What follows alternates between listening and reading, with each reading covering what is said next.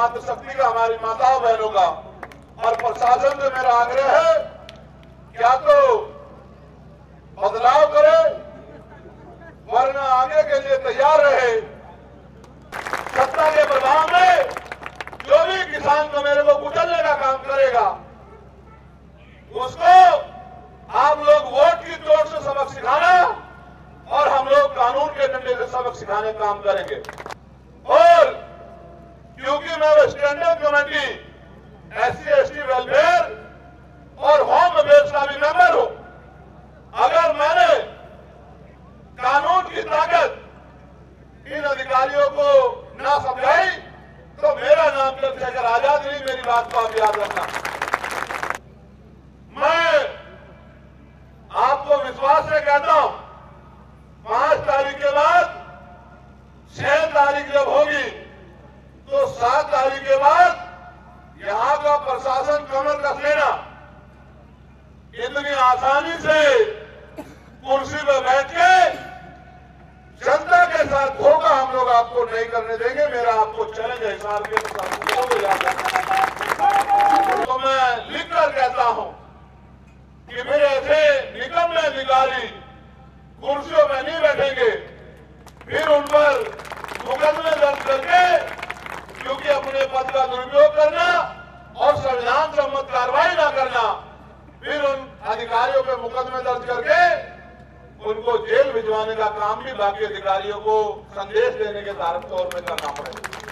आदरणीय सरपंच राजेश जाखड़ जी से, आदरणीय अनिल शर्मा जी से, आदरणीय अनिल कुमार नलवा जी से, आदरणीय हिसार के प्रत्याशी रवि आहूजा जी से, आदरणीय डॉक्टर अजीत ओडियम जी से कि वो पगड़ी, सम्मान स्वरूप पगड़ी हमारे भाई आदरणीय चंद्रशेखर आजाद जी को पहना करके उनका सम्मान करे, स्वागत करें।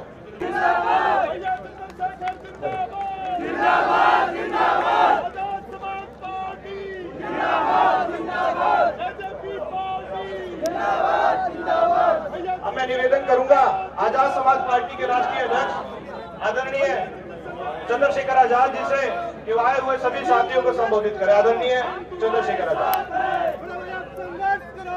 भाई चंद्रशेखर आजाद जिंदाबाद जिंदाबाद जिंदाबाद। पूरा हंगा लगा दो हरियाणा के। एक बार मिलकर के जोरदार नारों के साथ में आप स्वागत कीजिए। आदरणीय भाई चंद्रशेखर आजाद जी जिंदाबाद जिंदाबाद जिंदाबाद। आदरणीय भाई चंद्रशेखर आजाद जी जिंदाबाद जिंदाबाद जिंदाबाद जिंदाबाद जिंदाबाद भाई चंद्रशेखर जिंदाबाद जिंदाबाद जिंदाबाद। बहुत बहुत धन्यवाद संचालक महोदय। आज नलवा हलके में इस चुनावी सभा में इतनी बड़ी संख्या में उपस्थित होने पर मैं आप सबका बहुत बहुत धन्यवाद करता हूं और आप सबके लिए बहुत बहुत मंगल कामनाएं करता हूं। अपनी बात को शुरू करते हुए मैं सभी धर्मों में जन्मे सभी संतों, गुरुओं और महान पुरुषों को नमन करता हूं। मेरे साथ चल के आए आपके लोकप्रिय नेता भाई दुष्यंत चौटाला जी और जेजेपी पार्टी संगठन के सभी नेताओं का, जो लगातार मेहनत कर रहे हैं, जिन्होंने दिन रात एक किए हुए, उन सभी साथियों का मैं धन्यवाद करता हूं। साथ साथ भाई संतलाल जी, अमित जाटव जी, प्रदीप यादव जी, सुधीर सात्रोड जी, PS दहिया जी, कृष्णा जी, पूनम जागड़ा जी, भाई मनीष जी, भाई जोनी जी, राजमल जी, कुलदीप युवाल जी, मांगेराम प्रधान जी, विक्की धानिया जी, करसन शेखर जी, डॉक्टर सुदेश जी, चांदराम जी, गोपाल जी और एडवोकेट अनिल नलवा जी का भी मैं धन्यवाद करता हूं। और जिनके मैंने नाम लिए हैं, मैं उनसे कमर कसने का भी निवेदन करता हूं कि वो अगले 3 दिन के लिए कमर कस लें। ये नाम मैंने इसलिए लिए हैं कि आपकी जिम्मेदारी ज्यादा है। चुनाव लड़ता तो प्रत्याशी है, लेकिन उसको जिताने का काम पार्टी संगठन के कार्यकर्ता करते हैं। जिस संगठन का मनोबल बढ़ा हुआ होता है, जिस संगठन के अंदर कुछ कर गुजरने की चाहत होती है, जिस संगठन के अंदर अपनी परेशानियों को हल करने की आशा और विश्वास होता है, वही लोग चुनाव जीतते हैं। मैं धन्यवाद दूंगा भाई वीरेंद्र जी का, जिन्होंने बहुत कम समय में अपनी मेहनत से और पिछले लंबे समय से जो सेवा यहाँ की है, इस हल्के की है, उससे लोगों के लाख प्रयत्न के बाद आज यहाँ की मिट्टी में ये क्रांति के बीज पैदा हो गए हैं कि भाई वीरेंद्र जो है बहुत तेजी से आगे बढ़ रहे हैं। और आज जब इतनी बड़ी संख्या में आप लोग यहाँ पहुंचे हैं और मेरे संदेश को लेके अपने अपने गांव में, कस्बों में, ढाणियों में जब आप पहुंचेंगे और इस बात पे पहरेदारी देंगे, तो मैं विश्वास से कहता हूं कि फिर आपको कोई कामयाब होने से नहीं रोक सकता। इतनी बड़ी संख्या में उपस्थित हजारों की संख्या में हमारी माताएं बहनें जो बड़े लंबे समय से यहाँ उपस्थित हैं, मैं उनका भी बहुत बहुत धन्यवाद करता हूं। चुनाव का मतलब होता है कि हमें चयन करना है, हमें निर्णय लेना है, हमें अपने लिए आपकी 5 साल की पूंजी को तैयार करना है। 5 साल के लिए आपने संघर्षों का साथी चुनना है। तो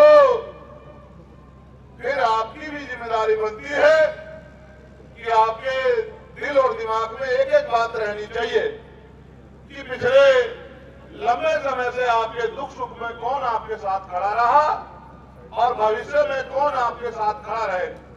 जहां एक तरफ जिनको पहले आपने मौका दिया है, आप इस क्षेत्र के महान जनता में से जो बड़ा समूह यहां बैठा है, मैं उनसे सवाल के तौर पे पूछ रहा हूं कि जिनको पिछली बार आपने मौका दिया था, क्या 5 साल में 5 बार भी आपके गांव तक पहुंचे वो लोग? आपकी समस्या सुनने का काम किया? आपके लिए कोई काम कराने का काम किया? आपके बच्चों के लिए रोजगार की व्यवस्था की? ग्रामीण क्षेत्रों में रोजगार की व्यवस्था करके आपकी विधानसभा के लोगों को सुख दुख को बांटने का काम किया?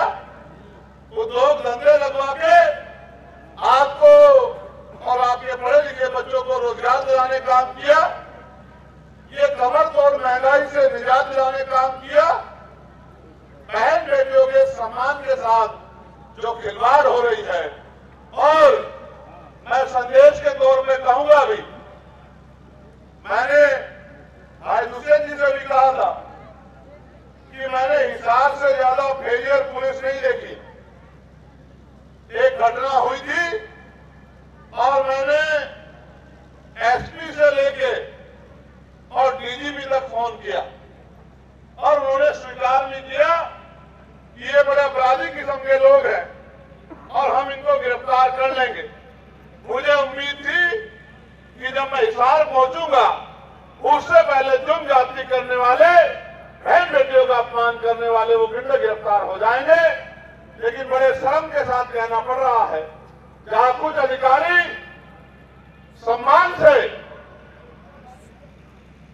उनके संघर्षों को, उनके नेतृत्व देकर सीना छोड़ा होता है, वहीं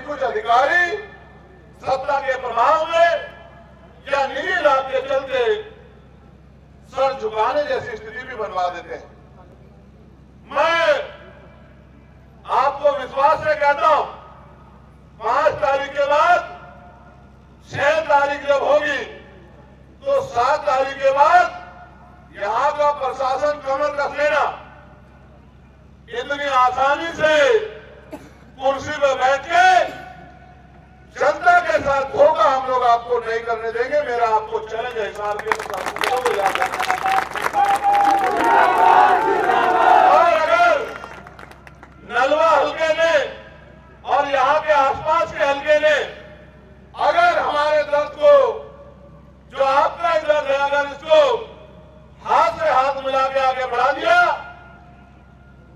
तो मैं लिखकर कहता हूं कि मेरे ऐसे निकम्मे अधिकारी कुर्सियों में नहीं बैठेंगे, फिर उन पर मुकदमे दर्ज करके क्योंकि अपने पद का दुरुपयोग करना और संविधान सम्मत कार्रवाई न करना, फिर उन अधिकारियों पे मुकदमे दर्ज करके उनको जेल भिजवाने का काम भी बाकी अधिकारियों को संदेश देने के तौर में करना पड़ेगा।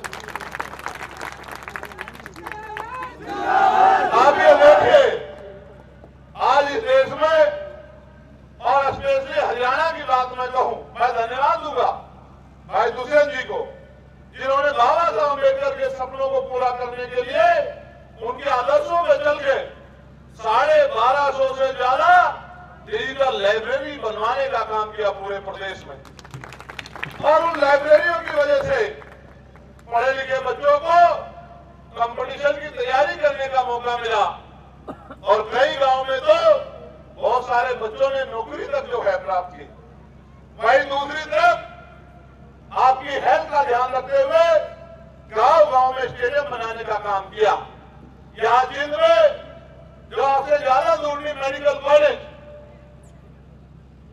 और हिसार में सबसे बड़ा एयरपोर्ट 3 साल के अंदर उसका 90% काम पूरा कराने का काम किया। ये बिना विजन के नहीं हो सकता है। नेता बहुत है, नीतियां बहुत है, अगर नियत ना हो तो कुछ नहीं हो सकता। ये बहुत अच्छी बात है कि हरियाणा में ऐसा युवा नेतृत्व मिला है जो हरियाणा के हर वर्ग को साथ लेके चल रहा है। तो बस मैं तो आज आपसे यही बात अपील करूंगा कि जब यहां से आप लौटे अपने गांव में जाएं तो अपने बूथ को मजबूत करें और अगले 2-3 दिन डोर टू डोर पहुंच के जो काम इन्होंने किए और जो मैनिफेस्टो हमारा है उस मैनिफेस्टो को घर घर तक पहुंचाने का काम करें। जहां एक तरफ हम अपने मैनिफेस्टो को पूरा करने और उस मैनिफेस्टो के जरिए किसान, कमेरे, नौजवान, महिलाएं और अंतिम पायदान में अंतिम छोर में बैठे व्यक्ति को मुख्य धारा में लाना चाहते हैं। वहीं दूसरी तरफ ये राष्ट्रीय स्तर के दल आपका जो बजट का पैसा है, हरियाणा के जो टैक्स का पैसा है, उनको अपने कठपुतली नेताओं द्वारा आपके बच्चों के हिस्से का पैसा लूट के उसको दिल्ली पहुंचाने का काम करेंगे। इसलिए आपको तय करना, एक तरफ एक नेता है जो दिल्ली की सरकारों में जो केंद्र में जो पैसा है वो लाके आपके बच्चों के उज्जवल भविष्य के जो है प्रयास करेंगे। और वहां दूसरी तरफ क्योंकि 9.5 साल में आप देखिए, आप पिछले 20 साल छोड़िए, पहले पिछले 10 साल की बात करेंगे, आपने 9.5 साल मुख्यमंत्री जो रहे वो आपने तय नहीं किए थे, वो दिल्ली ने तय किए थे, लेकिन आपके ऊपर थोप दिए गए जिन्होंने ना अपना ख्याल रखा ना यहाँ के परिवारों का ख्याल रखा। फिर दोबारा जिनको बनाया वो इस आधार पे बनाया कि उनके समाज का वोट मिल जाएगा, लेकिन 9.5 साल में उनके समाज को आगे बढ़ाने के लिए कुछ नहीं सोचा। और अब जो लोग सत्ता में आने ख्वाब देख रहे हैं वो अभी से इतने अहंकार में है, उनका बस चले तो वो गरीबों को कुचलने का काम कर दें। वो तो कहते हैं कि हम तो नौकरियां पर्चियों से देंगे, तो पर्ची से अगर नौकरी मिलेगी तो मुझे नहीं लगता कि हिसार के पढ़े लिखे ईमानदार बच्चों के हिस्सों में भी कुछ आएगा। इसलिए संविधान स्वरूप यहाँ के हर व्यक्ति को आगे बढ़ने का मौका मिले, तो जितने भी प्रत्याशी पूरे हरियाणा भर में जेजेपी गठबंधन के लड़ रहे हैं, वो महापुरुषों के गैर बराबरी को खत्म करने के मिशन के काम को कर रहे हैं। इसलिए मैं आपसे अपील करता हूं कि जो हमने डॉक्टर बाबा साहब अम्बेडकर से सीखा, जो हमने मानव साहब काशीराम जी से सीखा, जो हमने जननायक ताऊ देवीलाल जी से सीखा, और आज जो जननायक ताऊ देवीलाल के असली उत्तराधिकारी भाई दुष्यंत चौटाला जी के रूप में हमारे बीच उपस्थित है, उनके हाथों को मजबूत करने का, मेरे हाथों को मजबूत करने का काम आपको करना है। और जो बाकी प्रत्याशी भी यहाँ अपनी उपस्थिति दर्ज कराने आए हैं, आसी हल्का से भाई शमशेर जी, हिसार शहर से रवि आहूजा जी, मैं आजमपुर से मेरे भाई करशन गंगवा जी, मैं इन सब के लिए भी आपसे प्रार्थना करता हूं कि वोट हमारा हथियार है। इस हथियार से हम अपना और अपने बच्चों का भविष्य, अपने प्रदेश का भविष्य, अपने क्षेत्र का भविष्य बदलाव कर सकते हैं। तो अपनी वोट को परिवर्तन के लिए देना है और इन दूसरी पार्टियों को नकारते हुए आजाद समाज पार्टी जेजेपी गठबंधन के प्रत्याशियों के पक्ष में वोट करके जहां केतली का निशान हुआ केतली और जहां चाबी का निशान हुआ चाबी का बटन दबा के कामयाब बना के इनके हाथों को मजबूत करना।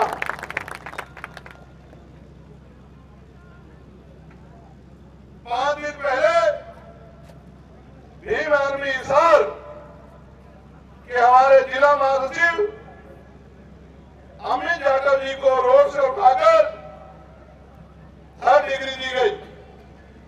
उनका अपराध ये है कि वो जेजेपी एसपी प्रत्याशियों को जिताने के लिए दिन रात मेहनत कर रहे हैं। मैं आपको विश्वास से कहता हूं, मैं पार्लियामेंट में अंतिम व्यक्ति के लिए भी आवाज उठाता हूं और मैं आपको उदाहरण बताता हूं, क्योंकि कानून पार्लियामेंट में बनते, असेंबली में बनते हैं। 29 जुलाई 2024 को मैंने मांग उठाई थी पार्लियामेंट में बजट सेशन में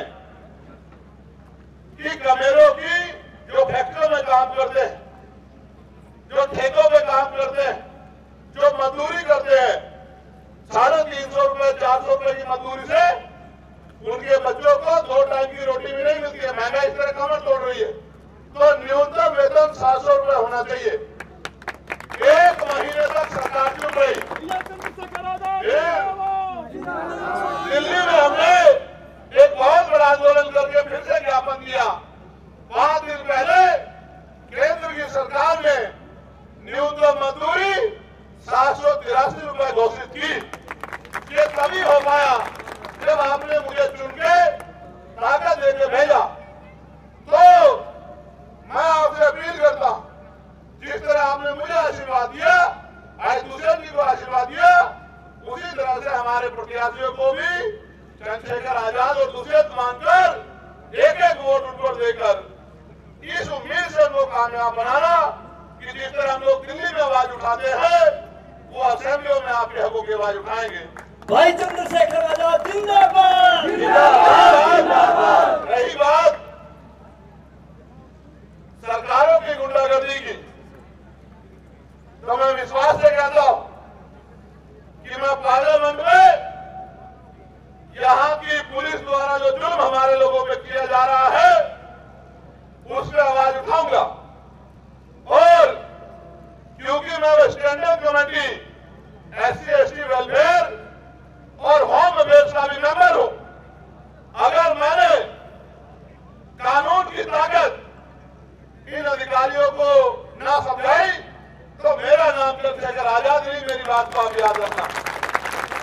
सत्ता के प्रभाव में जो भी किसान को मेरे को कुचलने का काम करेगा, उसको आप लोग वोट की चोट से सबक सिखाना और हम लोग कानून के डंडे से सबक सिखाने का काम करेंगे। बहुत बहुत धन्यवाद।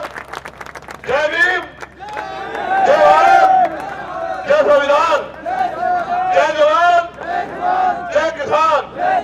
और मैं बहुत बहुत धन्यवाद करूंगा मातृशक्ति का, हमारी माताओं बहनों का और प्रशासन से मेरा आग्रह है, क्या तो बदलाव करे, वरना आगे के लिए तैयार रहे कि फिर पार्लियामेंट से मैं ऐसे गैर जिम्मेदार अधिकारियों की सूची प्रस्तुत करके और अपने कार्य के प्रति लापरवाही करने पर और निजी स्वार्थ में रेप जैसी हत्याओं में चुप्पी थाम के रखने पर उनको छोड़ने वाला नहीं हूं। इस बात को आप याद रखना। बहुत बहुत धन्यवाद। भाई चंद्रशेखर आजाद जिंदाबाद।